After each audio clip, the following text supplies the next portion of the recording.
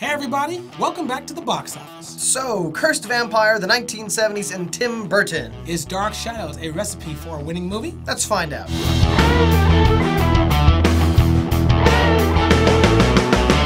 My name is Barnabas Collins, until a jealous witch cursed me, condemning me to the shadows. What have you done? For all time. What is the year? 1972. Welcome home, Barnabas Collins. How soon can the horses be ready? We don't have horses. We have a Chevy. What sorcery is this? Reveal yourself, tiny songstress. So that trailer had all the funny bits from the movie. Yeah. All of them. And the worst thing about it is, it's like those moments are like 20 minutes apart. And the movie is just so damn slow. Yes, and it started off pretty good. 18th century English family gets cursed by a jealous witch. She turns the town people against them, and then Barnabas Collins, our main character, gets locked into a box until 1972. Now, all of that happens in the span of 6 minutes, and then nothing else happens. I mean, we're still waiting for something to happen with Dark Shadows. It's not gonna happen. Yeah, well, I mean, for a movie that isn't even 2 hours long, it takes a long time to get to the point. Seriously.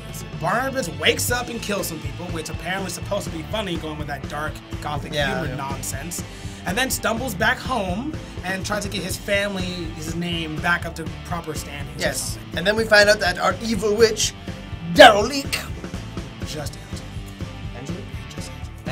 Angelique is still around, and she still has this unbelievably messed up crush on Barnabas. Like Fatal Attraction messed up. Oh yeah, so now we have a conflict. It's set up, and all we have to do is bring it to a swift resolution in an entertaining manner.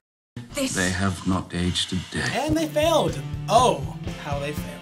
Yeah, this movie doesn't go anywhere, and that's kind of unusual because it's actually filled with great actors. Seriously, Johnny Depp, Eva Green, Christopher Lee. Yes. But they just have nothing to do. Yeah, they just mope around, and every once in a while they make a topical joke about the fact it's 1972. The main issue here, guys, is the story. I mean, Seth Grahame-Smith is no new guy to writing, but he's new to the movie scene. I don't get it. Yeah, I mean, he's responsible for such classics as Pride, Prejudice, and Zombies. That was funny. And Abraham Lincoln Vampire Hunter. And that's coming out later this summer. Yes, and I'm kind of worried about that. Seriously. Because if he delivers the same screenplay we got for Dark Shadows, I mean, the best thing about that's going to be that really cool trailer. That's about it. But we place the majority of the blame on director Tim Burton. Now, Tim Burton has made a good living being Tim Burton. Yeah, he's like the gothic, emo, hipster filmmaker. Right? He's sort of like an indie filmmaker with a bigger checkbook. Yeah, or at least that's how he started. You know, Batman, Beetlejuice, Edward Scissorhands, those were the last great movies of Tim Burton. Yeah, 22 years ago. But the fans, 22 years. 22 years of misses and mediocrity. They keep coming, though. The fans keep coming to him. And I bet you, when you ask a fan, like, what's your favorite Tim Burton movie? You know what they're going to say? Most of them, they will say, Nightmare Before Christmas. Oh, yeah. Guess what, guys? He didn't direct Nightmare Before Christmas. Certainly didn't. Henry Selick, the poor, forgotten director of stop-motion pictures. Well, you know, he also did James and the Giant Peach and that new movie Coraline that came out a couple years back. Yes, but we can thank Burton for the masterpiece that was Mars Attacks. Or the marvelous movie Planet of the Apes. Oh, yes, or Dark Shadows. Oh, Dark Shadows. You stoned or something? They tried stoning me, my dear. It did not work. So the bottom line, miss it. Indeed. Yeah, this movie, it's just not very good. It's slow, it's really boring. You know, maybe there's diehard Tim Burton fans out there.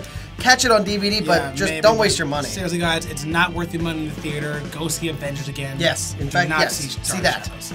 All right, guys, that wraps up this episode of The Box Office. For the full review of Tim Burton's Dark Shadows, please check out the website. Don't forget, any questions, comments, concerns, you know, email's always open for you. And follow us on Twitter, like us on Facebook, subscribe to the YouTube channel. And join us next week when Dave and I talk to you about Battleship. Oh, yes, that's Rihanna, Liam Neeson, Taylor Kitsch, Woo! Skarsgård, yeah. Transformers. Aliens. Just aliens. But they're not Transformers. Oh, whatever. Right. And until next time, guys. See you at the theater.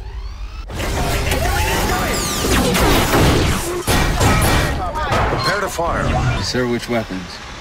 All of them.